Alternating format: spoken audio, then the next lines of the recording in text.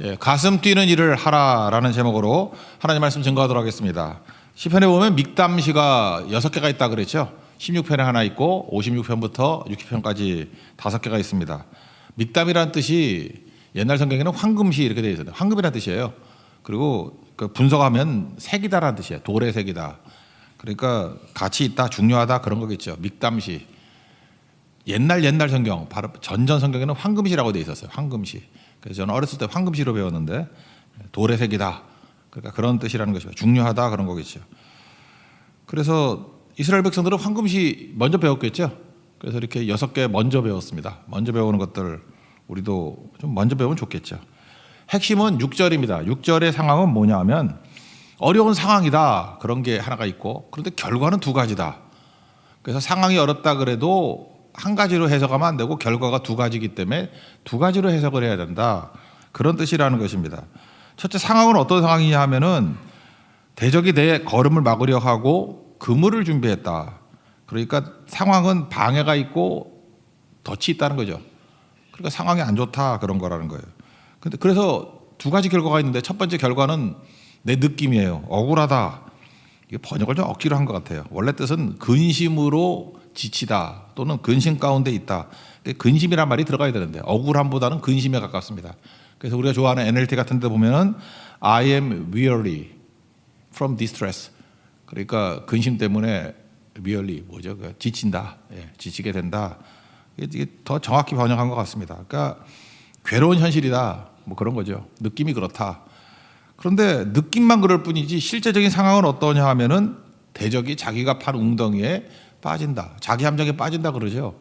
그래서 느낌 믿지 말고 실제는 망하는 거야 상대가. 그러니까 실제는 승리하고 역전되는 거다. 그런 뜻입니다. 그러니까 정리하면 뭐예요? 상황은 안 좋은데 2가지 결과가 있다는 거예요. 느낌으로는 근심이 있고 근데 실제로는 승리가 있다. 그러므로 뭘 붙들어야 되겠습니까? 승리가 진짜다. 그 얘기죠. 그래서 6절의 핵심이에요. 그래서 많은 사람들이 뭐 딴 걸 외우는데 제가 볼 때 57편의 핵심은 6절입니다. 6절의 이 상황을 정확히 파악하면 흔들리지 않는다. 그런 뜻이라는 거예요. 6절 읽겠습니다. 시작. 그들이 내 걸음을 막으려고 그물을 준비하였으니 내 영혼이 억울하도다. 그들이 내 앞에 웅덩이를 팠으나 자기들이 그 중에 빠졌도다. 그러니까 억울한데 상대는 망한다. 당장은 억울하지만 결국에는 승리한다. 그러므로 느낌 믿지 말고 실제적인 상황을 믿고 나아가야 된다라는 것입니다. 근데 문제는 뭐냐면 이게 진짜 다 벌어진 일이냐는 거예요. 이게 벌어진 일일 수도 있죠. 근데 상당 부분은 믿음의 확신이죠. 다윗의 노래 아니에요. 굴에 있을 때 이미 다 끝난 거 아니잖아요. 사울이 죽은 것도 아니고 여전히 살아있고 도망치는 상황이 바뀐 것도 아니고 여전히 도망치고 있고. 그러니까 이건 믿음의 확신이죠. 이런 걸 뭐라 그러냐면 예언적 과거 시제 그래요. 너무 확신에 차가지고 뭐 이런 거죠. 너 죽는다. 죽일 거다라는 뜻이죠. 예언적 과거 시제. 그러니까 하나님 바라보고 믿음이 생기니까 이길 거다, 이럴 것이다 라고 하는 믿음이 들어오는 거예요. 사도신경에도 이런 고백이 있죠. 저리로서 산 자와 죽은 자를 심판하러 오시리라.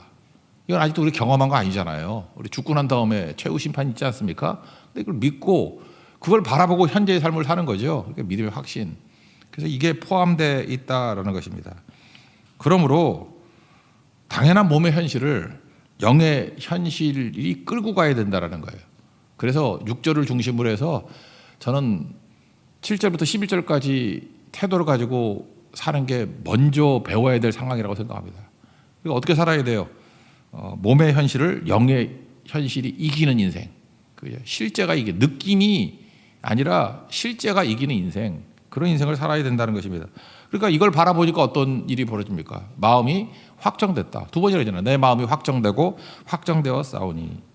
그러니까 억울함과 근심에 빠져 있으면은 흔들린다는 거 아닙니까? 근데 확정되었다는 게 뭐예요? 고정되었다. 불안하거나 조급하지 않다. 그런 거죠.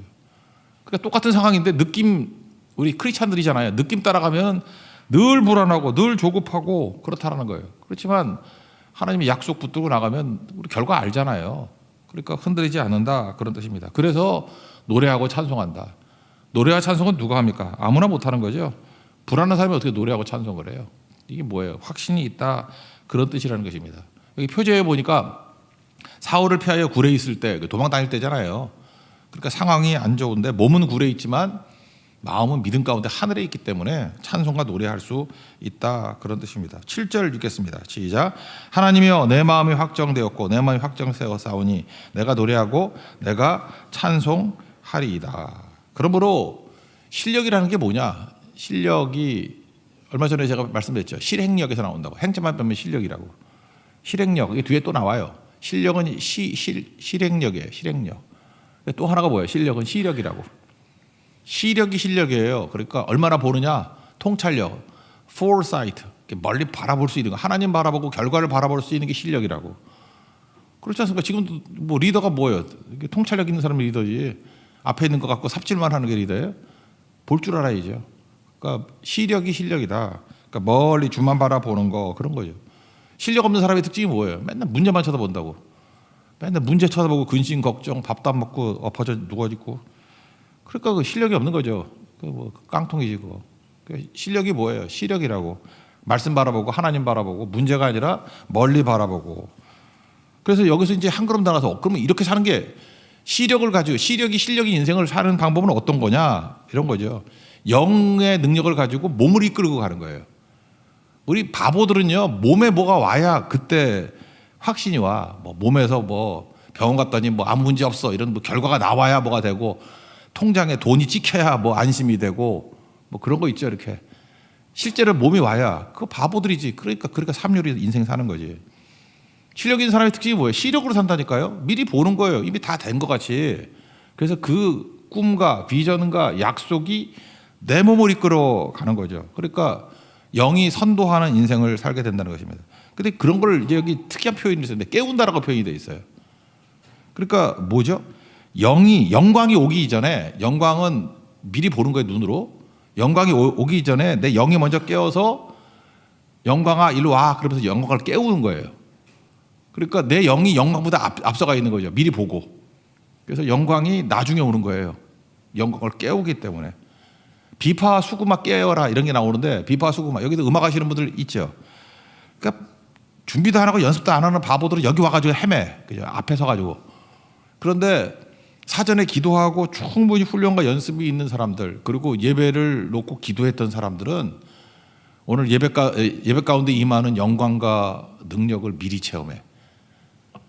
하루 전날 이렇게 찬양하고 미리 찬양하고 준비하고 기도하는 가운데, 야, 이런 은혜가 임하고 이런 부흥이 임하고 이런 승리가 임하게 될 것이다. 미리 승리하고 다 보고 난 걸 와서 나중에 뭐라 그래요? 과연 그렇다, 그거예요. 미리 본 사람이에요. 그게 리더지. 그래서 찬양 리더, 아무나 하는 거 아니에요. 찬양 따까리, 그건 아무나 할 수 있어. 찬양 리더, 이건 아무나 못해. 왜요? 미리 본 사람. 시력이 실력이라니까요. 그러니까 뭐 준비하고 뭐 연습하고 뭐 그러겠지. 그래서 비파 수구마 깨어라. 여기 작곡하시는 분들은 그런 거 많이 느낄 건데, 마음속에 먼저 하나님의 영광과 멜로디가 임해요. 그러고 난 다음에 쓰는 거 아니야? 불러내는 거죠. 악보로 불러내는 거 아니에요. 그게 뭐예요? 멜로디야 깨어나라, 이렇게 되는 거죠. 이건 다 마찬가지죠. 이거 아닌 게 있어요. 새벽도 마찬가지죠. 새벽이 돼야 이제 밝아오겠구나, 이런 사람들은 엎어져 자는 사람들이고, 저는 이 말씀에 너무 감명을 받아가지고 내가 새벽을 깨우리로다. 그래서 새벽이 되기 전에 깰라 그랬어요. 그래서 제가 이전 교회 있을 땐 2시에 깼고 요즘에 3시에 깨는데, 깨가지고 내가 새벽을 깨우는 거야. 야, 어둠이다. 새벽아 와라. 새벽아 와라. 저는 항상 새벽을 깨우고 오잖아요. 미리 깨워가지고 다 깨워놓고 난 다음에 6시에 예배 드리잖아요. 근데 이제 로아스에 사는 사람 오부 전에 깨가지고 후다닥 내려온 사람 뭐죠? 새벽이 너를 깨운 거지. 그러니까 맨날 뒤통수 맞는 인생이고 맨날 그 산발해가지고 미친 여자같이 하고 다니고, 이제 그런 게 문제가 되는 거죠. 그러니까 내가 깨워야 된다. 내가 이제 뜻을 알겠죠. 그러니까 부흥을 이랬더니 부흥이 왔는가 봐 놀라지 말고 부흥을 깨워야 돼요. 우리 대만 선교 가잖아요. 그러면 예배를 깨우고 영광을 깨우고 부흥을 깨우고, 즉 굴이 답답한 현실 아닙니까? 깨가지고 이 답답한 현실에서 하늘을 쳐다보면서 하늘을 깨우고 그러는 거라고요. 바울과 실라도 빌립보 감옥에 있을 때 거기서 옥문이 열리고 환경이 좋아지니까 찬송한 게 아니잖아요. 거기서 착고에 매어 있고 음습한 곳에서 찬송과 기도했잖아요. 깨운 거 아니에요? 깨운 거. 깨웠더니 옥문이 열렸더라. 순서가 그런 거 아니에요? 그러니까 옥문을 깨운 거지. 빌립보를 깨운 거죠. 그러니까 언제나 선도적인 거라니까요. 그러니까 오늘 되게 중요한 거죠. 다음 주에 대만 선교, 고수 선교 있다 그러면은 지금부터 깨우는 거예요. 먼저 영적으로 깨어나서 이제 상황을 깨우는 거예요. 고성아 깨어라, 대만아 깨어라, 8개 교회 깨어라. 그거 한다는 얘기입니다. 선제적인 거죠. 8절 읽겠습니다. 8절 시작. 내 영광아 깰지어다. 비파야 수금아 깰지어다. 내가 새벽을 깨우리로다. 그러니까 새벽에 여러분을 깨우지 말고 여러분이 새벽을 깨우십시오. 언제나 그런 인생을 살아야 된다는 거예요. 이게 중요해요. 이거 뭐예요? 영이 살아있는 사람, 이런 사람이 되게 매력 있는 거죠. 속 사람이 살아있으면 생명력이 있고 에너지가 있기 때문에 이런 사람은 다 깨우는 사람이라니까. 이런 사람이 확 지나가잖아요. 그럼 잠자던 사람을 다 깨우고 죽었던 사람을 다 살려내고, 이게 영적인 사람이에요. 영적인 사람. 이게 깨어나는 거죠. 대신에 이게 영적으로 죽은 사람들은 뭐예요? 밤낮 험담을 입에 담고 살고 나쁜 소문 말하고 다니고 한마디로 구질구질 하잖아요. 그런 사람이 지나가면 자고 싶어 나도. 머리도 아프고. 그죠? 그건 뭐 쓰레기지 뭐. 그건 아무것도 아니죠. 그러니까 가슴 뛰는 일을 한다는 게 뭐예요? 영이 나를 충만하게 만드는 거예요. 그래서 가는 곳마다 깨우는 인생이 된다라는 것입니다. 이거 좀 설명할게요. 가슴 뛰는 사람, 제가 화요일 날 설교를 했더니 이거 뭐 잠깐 묻고 막 그래. 그래서 가슴 뛰는 사람을 어떻게 하느냐, 가슴 뛰는 일이 뭔지 그걸 어떻게 하느냐. 네 가슴이지 내 가슴이잖아. 내가 말했거든요. 그래서 말하기 못 알아들어. 그 자기가 알지 그걸 왜 나한테 물어봐. 근데 좀 부연 설명을 한다 그러면 가슴 뛰는 일, 가슴 뛰는 사람이라는 건 뭐냐. 그냥 원래 또 바보는 바보같이 설명해야 이해해야 되잖아요. 시간이 빨리 가는 거 이해가 돼요? 그냥 뭘 했더니 시간이 되게 빨리 가. 그래 가슴 뛰는 사람은 누구냐? 그 사람과 얘기를 했더니 시간이 엄청 빨리 가.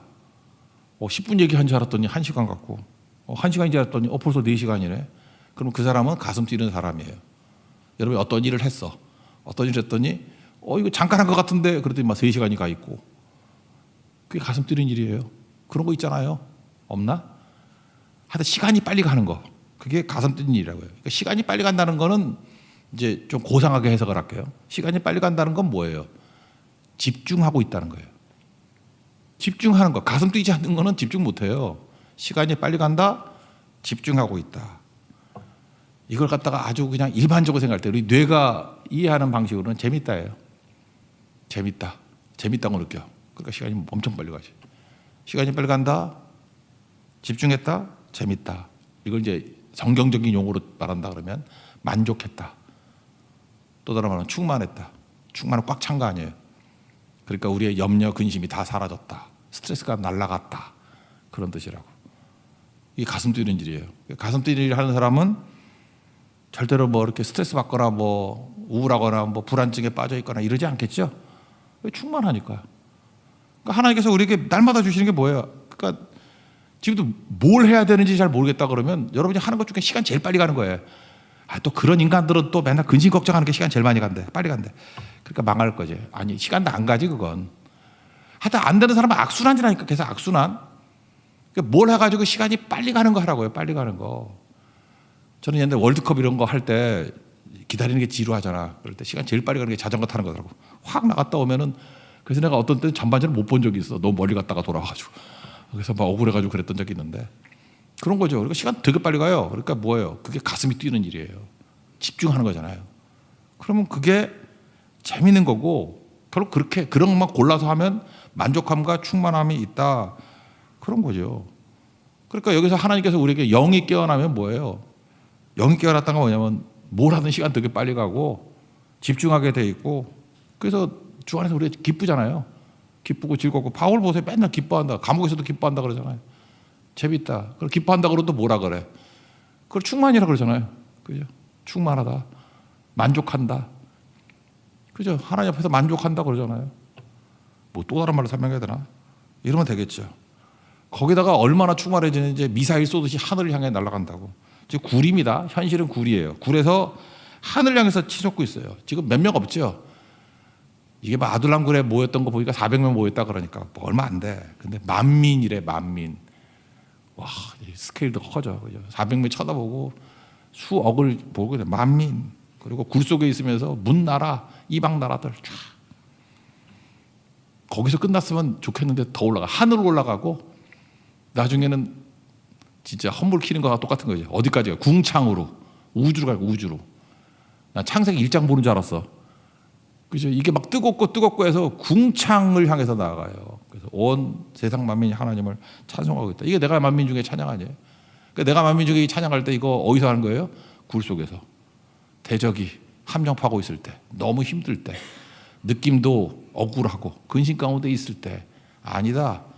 그죠? 영이 내 몸을 이끌어 가야 돼. 그리고 하나님께 집중하다 보니까, 그죠? 하나님께 시간 빨리 가는 거 집중하다 보니까 재밌고 충만하고 만족해서 여기까지 가더라. 이게 찬양이라고. 찬양했지만 한번 읽어봅시다. 9절부터 11절입니다. 시작. 주여 내가 만민 중에서 주께 감사하며 문나라 중에서 주를 찬송하리이다. 무릇 주의 인자는 커서 하늘에 비치고 주의 진리는 궁창에 이르나이다. 하나님이여 주는 하늘 위에 높이 들리시며 주의 영광이 온 세계 위에 높아지기를 원하나이다. 이렇게 사는 게 크리스찬이라는 거야. 이렇게 사는 게 크리스찬. 맨날 눌려가지고 찝찝하게 그러지 말고. 그러면 뜬구름 잡는 소리 하지 말고, 그럼 현실은 어떻게 합니까? 몸의 현실은 어떻게 합니까? 이제 1절부터 보자고. 1절부터 5절까지. 몸의 현실에 하늘의 은혜를 심는 거예요. 구심한 다음에. 이 땅이 이 썩어질 땅 아니에요. 그래서 생명을 심고, 그러니까 은혜를 심는 거예요. 하늘의 은혜. 그래서 하늘을 향해서 이 몸을 끌어올리는 힘을 지금 말하고 있는 거예요. 하늘을 향해서 치솟는 힘. 그게 7절부터 11절이고 1절부터 5절까지는 뭐예요? 이 몸을 끌어올리는 힘. 축 처져 있고 늘어져 있고 쓰러져 있는 몸을 끌어올리라고요. 그래서 필요한 게 뭐예요? 은혜 달라고 두 번 얘기해요. 은혜를 베푸소서. Mercy on me. 이게 신약에서는 스프랑코 디저마이. 불쌍히 여겨주세요. 불쌍히 여겨주세요. 그럴 때마다 기적을 다 못 보게 되잖아요. 그래서 은혜를 달라고 두 번이에요. 1절에. 또 하나, 이 시편에서 그냥 밥 먹듯이 나오는 얘기인데, 주의 날개 그늘 그런 게 나오죠. 주의 날개 그늘 그러면 맨날 닭 생각하는데, 우리가 닭 새끼 왜 자꾸 닭을 생각하냐고. 닭이 아니고 지성소가 있죠. 이렇게 성소가 있고 휘장 넘어 지성소가 있잖아요. 지성소에 딱 하나 있죠. 하나님 언약궤. 언약궤 뭐 안에 들은 거 뭐 돌판하고 뭐 쌍난 지팡이하고 뭐 만나 항아리 이런 거 생각하지 말고, 뚜껑이 뭐예요? 뚜껑이 어떻게 됐어요? 그 천사 둘이 날개 이렇게 대고 있는 거죠. 누가 하나 나왔으면 좋겠다. 이렇게 날개를 대고 양쪽에. 그러면은 그 공간, 그게 날개 그래. 주의 날개 그늘. 그럼 그 공간을 뭐라 그래요? 속죄소, 또는 옛날 한자로는, 요즘에 젊은이들 어휘가 딸려서 그런데 시은좌라 그래요. 은혜가 임하는 자리. 시은좌. 그래서 하나님은 어떤 공간이에요. 공간. 뭐 이렇게 물체가 아니라 언약궤 뚜껑에 있는 천사가 두 날개 펴고 있는 그 공간에서 만나 주신다는 거예요. 그래서 은혜의 자리. 그래서 이게 히브리서 4장 16절에 이런 거 나오죠. 때를 따라 돕는 은혜를 얻기 위하여, 때를 따라 돕는 은혜를 얻기 위하여 은혜의 보좌 앞에 담대히 나갈. 은혜의 보좌, 이게 뭐예요? 이걸 한자로 쓰면 시은좌. 은혜의 보좌 앞에 담대히 나아갈 것이니라. 그걸 속죄소라 그런다니까. 그 공간을. 그러니까 몸의 현실이 뭐예요? 주의 날개 그늘 아래에 있다. 주님 만나는 임재 장소로 나간다. 예배죠, 예배. 그러니까 몸을 뭐로 끓여요? 뭘 씹는 거예요? 은혜 부어 주십시오. 그 은혜가 임하는 자리가 어디예요? 때를 따라 돕는 은혜가 임하는 자리가 어디예요? 예배라고. 여기 하나님 만나는 속죄소, 시은자, 때를 따라 돕는 은혜를 주시는 은혜의 보좌 앞에 나아갈지니라. 그러니까 지금 자리가 어디예요? 굴인데, 굴이 뭐가 됐다는 거예요? 은혜의 자리, 시은자가 됐다는 거예요. 다음 주 대만 선교를 하는데, 대만 선교 가서 예배를 심고 의대를 심으면 그 자리가 은혜의 자리가 돼요. 은혜의 보좌가 되는 거라고. 야곱도 그랬잖아요. 뭐 돌베개 베고 자고 있는데 거기서 예배 드렸더니 하나님 임재가 있잖아요. 거기가 시은좌, 속죄소가 되죠. 하나님 여기 계셨거늘 내가 몰랐다 그러잖아요. 그러니까 우리가 있는 거 뭐예요? 다 모든 자리를 은혜의 보좌로 만드는 거, 그거라는 것입니다. 그래서 거기서 은혜의 보좌 앞에 있다 보니까 재앙이 싹 지나가 버렸대. 그런 뜻이죠. 1절 읽겠습니다. 1절 시작. 잠깐만요. 어딘지 몰라가지고. 예, 1절 시작. 하나님이여 내게 은혜를 베푸소서. 내게 은혜를 베푸소서. 내 영혼이 주께로 피하되 주의 날개 그늘 아래에서 이 재앙들이 지나기까지 피하리이다. 그러니까 언제까지 예배드려요? 주님의 은혜의 영광이 임할 때까지. 그러니까 예배드리는 거, 예배드리면 능력이 나타나게 되는 거죠. 그래서 우리는 바로왕은 자기 거 지키려고 고집을 부리지만, 우리는 하나님의 임재를 기다리는 거예요. 이걸 고집이라고 그러죠. 끈기라 그러죠. 끈기. 우리는 주의 임재가 있을 때까지 끈기 있게 기다려요. 그래서 오순절에 그 백성들도 120명이 오실 때까지 기다렸잖아요. 우리는 10일이라는 거 알지만 그들은 올 때까지죠. 성령의 임재가 있을 때까지, 주님 다시 오실 때까지. 그게 성도의 끈기라고. 뭐 조크지만 토끼 끈기 아시죠? 그 옛날 몰라? 아재 개그? 어떤 토끼가 약국에 갔대. 당근 있어요? 그랬더니 약사가 없어. 약국에 무슨 당근이냐 이놈아. 약국은 약 파는 데야. 당근을 여기서 왜 찾아? 다음날 토끼가 끈기가 있잖아. 또 왔대요. 당근 있어요? 그랬더니 또 왔네. 당근 갖다 두는 약국이 어디 있어 임마. 셋째 날 또 왔대요. 당근 있어요. 이게 날 무시하나. 너무 화가 나가지고 너 내일 한 번 더 오면은 가위로 귀를 잘라버릴 거야. 귀가 이게 크니까. 그 다음날 왔겠어요? 안 왔겠어요? 왔다니까. 그러니까 끈기지. 근데 뭐라 그러자? 가위 있어요? 그러더래. 이게 참 머리가 있는 토끼예요. 없어. 약국에 무슨 가위가 있어. 그랬더니 그럼 됐어요. 당근 있어요? 결국 약사가 이거 끝이지 않을 거라 생각해서 약국에 당근 갖다 놨대요. 그 얘기 몰라요? 그 정도 끈기 있어야 돼. 그러니까 이거죠. 거기 있을 거라고 외치다 보면 없는 당근도 생기는 거라고. 귀찮아서라도 당근 갖다 놓지. 이 끈기인데요. 성도가 그래요. 우리 무서운 거예요. 하나님 아니면 답이 없어요. 주님 외에는 내가 뭘 소망하겠어요. 그냥 예배 주밖에 없사오니 그러면 임하는 거죠. 주님 다시 오실 때까지. 오늘 찬양도 그런 거 아닌가? 나를 부르신 주가 이루어 주시네. 누가 이루어져요? 성취는 내게 있는 게 아니라 나를 부르신 주님이 이루어 주시는 거라고. 그러니까 부르짖고 주님이 이루어 주신다. 그게 2절이네. 2절 읽겠습니다. 시작. 내가 지존하신 하나님께 부르짖으며 곧 나를 위하여 모든 것을 이루시는 하나님께로다. 누가 이루어요? 하나님이 이루신다고. 그러니까 우리도 토끼의 끈기를 가지고 있어야 되는 거죠. 그렇게 계속 부르짖으면 어떤 일이 벌어지느냐? 예수님이 임재한대요. 나 이거 예수님이라 해석하고 싶어요. 여기 인자와 진리라 그러는데 헤세드와 에메트. 헤세드는 뭐 사랑이라고 번역되고 인애라고 번역도 많이 되지만 이게 은혜라고 은혜 신약에서. 요한복음 1장 14절 기억납니까? 말씀이 육신이 되어 우리 가운데 거하심에 우리가 그의 영광을 보니 아버지의 독생자의 영광이요. 예수님이에요. 그리고 뭐예요? 예수님 보니까 은혜와 진리가 충만하더라. 예수님이죠. 은혜와 진리는 예수님이에요. 인자와 진리는 예수님이라고. 예수님이 임했다 그런 얘기죠. 막 비방 가운데 예수님이 임해가지고 승리 주신다.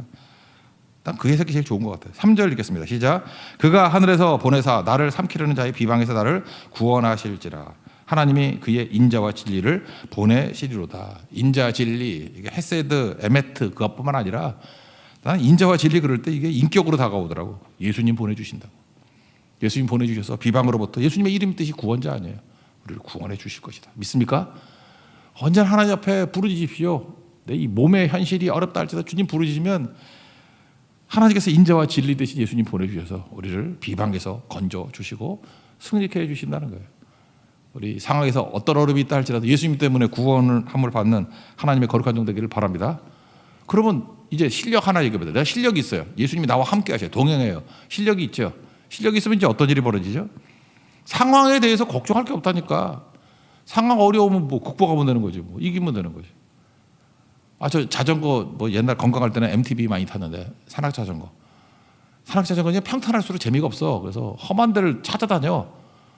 험할수록 막 엔도핀이 나와. 막 신나가지고 막 점핑하고 막 그러면 요즘에 안 해요. 이제 부러지면 끝날까봐 안 하는데 옛날 같으면 막 해.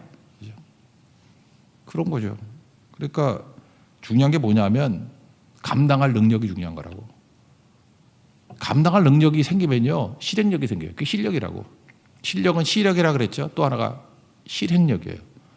왜? 하나님께 내게 함께 해주시고 능력을 주시니까 뭐든 할 수 있죠. 그네 타기도 할 수 있죠. 밑에 뭐 안 죽으니까 뭐든 할 수 있잖아요. 그래서 실력은 감당할 힘이라고. 그래서 여러분들 믿음 가지고 있는 사람들은요 그 필립스 브룩스 얘기했잖아요. 그 일에 맞는 능력을 구하라고. 하나님이 이 감당할 능력을 주시기 때문에 그 능력에 맞는 일 구하는 게 아니라 나는 제한적이잖아요. 그러니까 태도가 어떤 거냐 하면은 뭘 결정을 할 때 뭘 얻을 수 있나 없나를 결정하는 게 아니고 우리 맨날 그 욕심만 많아가지고 욕심과 본능으로 사니까 뭘 얻을 수 있냐 없냐 이걸 따져. 근데 그게 아니고 감당할 수 있나 이걸 물어요. 하나님이 함께 하시면 다 감당하겠지만 그래도 이게 딱 보면은 감당할 수 있다 그러면은 그 다음부터는 그냥 하는 거예요. 저는 그래요. 내가 보니까 옷 살 때도 그래. 이렇게 남자는 옷 금방 사잖아요. 저는 진짜 금방 사요. 딱 가면 1분도 안 걸려. 딱 봐가지고 이거 첫눈에 난 다 끝내. 뭐 두 번도 잘 안 보고 그게 더 좋은 것 같더라고. 내가 그게 왜 그게 가능한가 생각을 해봤더니 내가 좀 잘난 척 좀 할게요. 나는 감당할 능력이 있어. 그러니까 어떤 거지 같은 옷도 내 입고 다닐 용기가 있어. 혹시 잘못 고를 수도 있죠. 그렇지만 감당할 능력이 있어. 그죠? 이렇게 대충 입고 다닐 능력이 있어. 뭐 삐끼같이 입었다 그래도 괜찮아. 욕 먹고 입고 다닐 능력이 있어. 뭐 대부분 비슷비슷한 거니까. 그러니까 나는 어떤 거든 뭐 패션에 관심이 없으니까 그냥 감당할 능력이 있다 그러니까 결정이 쉬운 거예요. 근데 평생에 옷 한 벌, 10년에 한 번 사야 된다 그러면 심사숙고하겠죠. 감당할 능력이 없잖아. 이거 한 번 잘못 사면 10년을 망치는 거니까. 순간의 결정이 10년을 결정한다. 뭐 이러면 끝나잖아. 그죠? 순간의 선택이 뭐 이제 광고같이. 그러니까 감당할 능력이 없으면 심사숙고하는 거지. 근데 우리는 하나님이 함께하는 정도는 아니에요. 감당할 능력이 있는데 모르게 신중할 게 뭐 있어. 그냥 가면 되는 거지. 이 길이냐 저 길이냐. 이 길은 약간 쉽고 이 길은 약간 어려워. 인생이 쉬운 길이 있어요. 그냥 가면 되는 거죠. 어려워? 주와 함께라면 어려운 길도 돌파하면 되는 거지 뭐. 포장도로고 비포장도로야. 뭐 신경 써. 포장도로면 좀 빨리 갈 거고 비포장도로면 좀 늦게 갈 거고. 그래도 가면 되는 거지. 근데 그게 없으면 맨날 베스트 웨이만 찾잖아요. 좋은 길만. 좋은 길을 우리가 어떻게 알아? 하나님이에요? 모르지. 그러니까 찾다가 끝나는 거예요. 가야 되는 건데. 제가 최근에 상담했던 것 중에 하나도 그래. 제일 이제 어려운 얘기 한번 해봅시다. 이혼이요. 이혼도 뭐 하잖아요. 근데 제가 이혼할 때 물을 때 그걸 물어요. 뭐 이혼한 사람 중에 내가 말리는 경우가 더 많지만 뭘 이혼해서 얻을 거냐라고 접근하는 사람은 다 말려요. 아니, 이혼해서 얻을 게 어딨어. 바보 같은 사람. 이혼 과정이 얼마나 힘든데 괴롭고 뭐 싸우고 하여튼 지긋지긋하게 해가지고 그 특별히 변호사 우리 여기 변호사 계시지만 이혼 변호사한테 가면은 돈 다 뜯기잖아. 최고 원수가 돼가지고 헤어지는 거 아니에요, 그죠? 그래야 최악이 돼야지 헤어지니까. 거기서 얻을 게 뭐가 있어? 이거예요. 이혼을 굳이 하겠다 그러면 감당할 수 있느냐 이걸 물어봐요. 과정을 감당할 수 있느냐, 결과를 감당할 수 있느냐, 이 어려움들을 감당할 수 있느냐. 감당할 수 있으면 하라고. 근데 이혼해가지고 뭘 얻을 거라고 생각해. 행복하려고 이혼을 해? 이 바보처치. 이혼은 행복하려고 하는 거 아니에요. 그러니까 덜 불행하려고 하는 거. 이게 맞는 얘기지. 맨날 두들겨 패고 돈도 안 주고 학대하고 그러면 못 살지. 그러니까 덜 불행하려고 도저히 뭐 짐승 같은 놈이니까 못 살지. 죄송합니다. 내가 나쁜 여자도 있어요. 그렇지만 내가 남자라고 생각. 왜 나도 이 프레임에 갇혀 있지? 나쁜 여자도 많은데. 어쨌든 간에 반대도 있어요. 반대도 정말 개차반 같은 여자도 있어. 하여튼 그래가지고 내가 더 이상 불행할 수가 없어. 그래서 할 수도 있는 거죠. 그렇지만 행복하려고 이혼을 선택하는 바보가 있어. 그건 아니고 하여튼 좋아요. 우리가 뭐 FM들 어떻게 살아요? 뭐 정치들 어떻게 살아? 그냥 그러면 하나 묻자고 행복하려고 하는 거는 그거 아니에요. 뭘 얻으려고 하는 거 아니고 감당할 수 있냐고. 감당할 수 있으면 해요. 얼마든지. 직장 다니는데 나오고 싶대. 우리 둘째 딸. 내가 물어요. 감당할 수 있냐? 못한대. 다녀. 뭐 할 게 뭐 있어 뭐. 그러니까 전 답이 너무 간단해요. 그냥 뭐 싫은 거 좋은 거 다 좋다고. 감당만 해. 그럼 다 하라고. 결혼도 마찬가지지. 감당할 수 있느냐. 감당할 수 있는 사람하고 결혼해야지. 아, 좋은 것만 있나? 남자가 그렇고 여자나? 그러니까 하나님 믿고 의지하면은 선택이 넓어지고 쉬워져요. 왜? 감당할 능력이 있거든. 감당할 능력이. 그래서 성도는 전천후예요. 주와 함께라면 뭐도 할 수 있다. 이렇게 나오잖아. 그죠? 내게 능력 주시는 자 안에서 내가 모든 것을 할 수 있다. 그거라고. 감당할 능력 주신다 그런 거죠. 그래서 우리 무능하지 않습니다. 하나님 능력으로. 그래서 1절부터 5절까지 얘기는 뭐냐면 감당할 능력이 있기 때문에 왜 예수님이 우리 보내주시기 때문에 걱정에서 자유로워요. 그거죠. 돌파해 나가요. 땅의 얘기입니다. 그렇지만 이건 부수적이고 저는 7절부터 11절까지 나오는 하늘의 이야기, 미사일같이 하늘을 향해서 치고 올라가는 그런 능력의 종되기를 원합니다. 하늘의 능력을 받으십시오. 그리고 땅에서 은혜를 심고 예배를 심어서 이렇게 세우십시오. 그게 성도의 삶이에요. 시편 57편 너무 좋습니다. 이런 거는 외우는 겁니다. 이런 거 외우는 거예요. 머리가 아픈데 어떡합니까? 돌대가리 인형 한 번 새기면 지워지지 않아요. 잊지 말라고. 외워야 되는 겁니다. 예. 자리에서 일어납시다. 내가 만민 중에.